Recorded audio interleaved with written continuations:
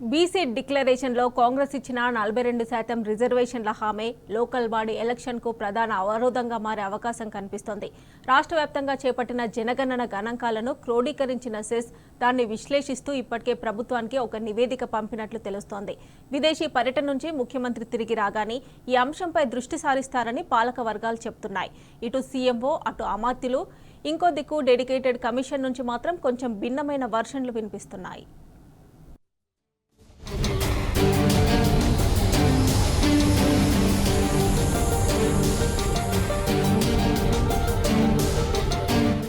స్థానిక సంస్థల ఎన్నికల తక్కెడ ఎటూ తూగడం లేదు. మాటల బాట్లతో బరువెక్కిన ఈ తులాభారం చివరికి ఎటు మొగ్గు చూపుతుందో అర్థం కాక జుట్టు పీకోవడం గ్రామీణ నాయకుల వంతవుతోంది. బీసీ డిక్లరేషన్ లో కాంగ్రెస్ ఇచ్చిన 42% రిజర్వేషన్ల హామీ లోకల్ బాడీ ఎలక్షన్స్ కు ప్రధాన అవరోధంగా మారే ఛాన్స్ ఉంది. రాష్ట్ర వ్యాప్తంగా చేపట్టిన జనగణన గణాంకాలను క్రోడీకరించిన సెజ్ దాన్ని విశ్లేషిస్తూ ఇప్పటికే ప్రభుత్వానికి ఒక నివేదిక పంపిందని తెలుస్తోంది. విదేశీ పర్యటన నుంచి ముఖ్యమంత్రి తిరిగి రాగానే ఈ అంశంపై దృష్టి సారిస్తారని పాలక వర్గాలు చెబుతున్నాయి. కానీ ఇటు సీఎంఓ అటు అమాత్యులు, ఇంకో దిక్కు డెడికేటెడ్ కమిషన్ల నుంచి మాత్రం కొంచెం భిన్నమైన వెర్షన్లు వినిపిస్తున్నాయి. ముఖ్యమంత్రి కార్యాలయం లీకుల మీద లీకులు ఇస్తున్నా ఇప్పుడప్పుడే స్థానిక సంస్థల ఎన్నికల కష్టమన్న పెదవి విరుపులు కనిపిస్తున్నాయి. కాగా మార్చి 15 లోపు ఎన్నికైన ప్రజాప్రతినిధులు కొలువుదీరకపోతే పంచాయతీలకు కేంద్రం నుంచి రావాల్సిన 1500 కోట్లు ఇక శాశ్వతంగా రాకుండా పోతాయి.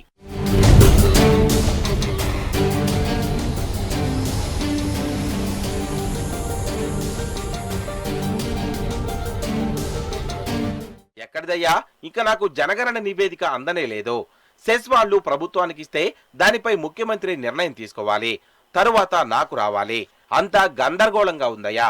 ఒకవేళ అలా వస్తే గీస్తే దానికి నేను 2011 జనాభా లెక్కలు, సామాజిక ఆర్థిక సర్వే నివేదికల మసాలాలు దట్టించాలి. అబ్బో, బోల్డ్ తతంగం ఉంటుంది. నివేదిక ఇవ్వడానికి నాకు అధమపక్షం 20 రోజులు పడుతుంది అన్నది single men dedicated commission version. 6 ఫిబ్రవరిలో స్థానిక సంస్థల ఎన్నికలు జరిపి తీరాల్సిందే. రైతు భరోసా, ఇందిరమ్మ ఆత్మీయ భరోసా లాంటి పథకాల ద్వారా లబ్ధి పొంది గెలవాల్సిందే. 16వ ఆర్థిక సంఘం నుంచి రావాల్సిన ఆ 1500 కోట్లు తెచ్చుకోవాల్సిందే అన్నది ఒక సీనియర్ అమాత్యుల నోటి మాట. ఏముంది, లోకల్ బాడీ ఎలక్షన్స్ పైన సంక్షేమ పథకాల ప్రభావం 0. స్థానికంగా నెలకొన్న సమస్యల బేస్డ్గానే ఎన్నికలు జరుగుతాయన్నది మరో మంత్రి మాట. ఎక్కడనే ఇప్పుడప్పుడే ఎన్నికలంటే కష్టం. ఇంకా రిజర్వేషన్లే ఖరారు కాలేదు. ఫిబ్రవరిలో కష్టం, మార్చి నెలలో పిల్లల పరీక్షలు, ఏప్రిల్ మేలో ఎండలు, ఇక జూనే దిక్కు. వర్షాకాలంలో లోకల్ బాడీ ఎలక్షన్స్. ఇది ఇంకో మినిస్టర్ వెర్షన్. అబ్బబ్బే, ఎక్కడిదయ్యా, చూస్తున్నారుగా ఇప్పుడు ఎన్నికలంటే కష్టం. అయినా సీఎం ఎలా నిర్ణయం తీసుకుంటే అలా. మే నెలలో మాత్రం ఎన్నికలు జరగకూడదు అనేమైనా ఉందా?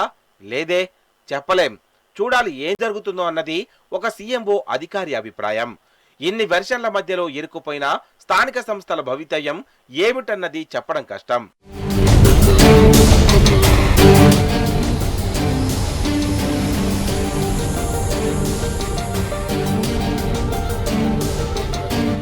అసలు సర్కార్ నిర్వహించిన జనగణనపైనే నీళ్లు కమ్ముకుంటున్నాయి. రాష్ట్రంలో 100% సర్వే జరిగిందంటే నమ్మడానికి ఎవ్వరంటే ఎవ్వరూ సిద్ధంగా లేరు.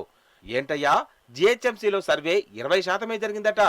పట్టణ ప్రాంతాల్లో కూడా 40కి మించలేదట. పల్లెల్లో 60 నుంచి 70% అయితే అంతా అయిపోయిందంటున్నారట అన్నది ఒక కీలక అధికారి వ్యాఖ్య. ఇంతోటి దానికి ఇంత హంగామా చేస్తూ తప్పుడు లెక్కల ఆధారంగా బీసీల వెనకబాటుతనాన్ని అంచనా వేస్తే ఊరుకునేది లేదు. అవసరం అయితే కోర్టు గడప తొక్కైనా న్యాయ పోరాటం చేస్తామన్నది బీసీ సంఘాల నేతల అల్టిమేటం. వీటన్నిటికన్నా ముందు అసలు స్థానిక ఎన్నికలు నిర్వహించే దమ్ము సీఎంకు ఉందా? ఒకవేళ ఫలితాలు కింద మీదైతే ఆయన పదవి పదల మేల అన్న ప్రశ్నలు కాంగ్రెస్ శ్రేణుల నుంచి, కొందరు మంత్రుల నుంచి దూసుకొస్తున్నాయి.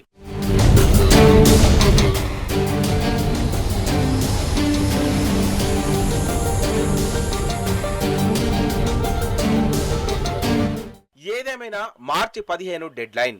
ఆలోపు ఎన్నికైన ప్రజాప్రతినిధులు పంచాయతీల్లో కొలువుదీరితే వాటికి కేంద్రం నుంచి రావాల్సిన 1500 కోట్లు వస్తాయి. లేదంటే ఆ సొమ్ము హుష్కాకే.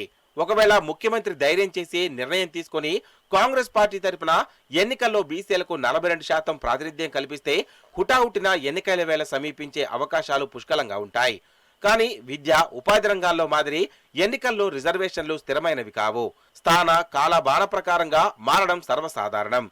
అందుకే లాస్ట్ ఎలక్షన్స్ లో బీసీలకు దక్కింది కేవలం 21% వాటా మాత్రమే. ఇది రిపీట్ అయితే ఒప్పుకునేందుకు ఇప్పుడు బీసీ లీడర్లు సిద్ధంగా లేరు. సర్కారే తాడోపేడో తేల్చాలి. అలా కాకపోతే స్థానిక ఎన్నికలకు తాము ససేమిరా అని అంటున్నారు.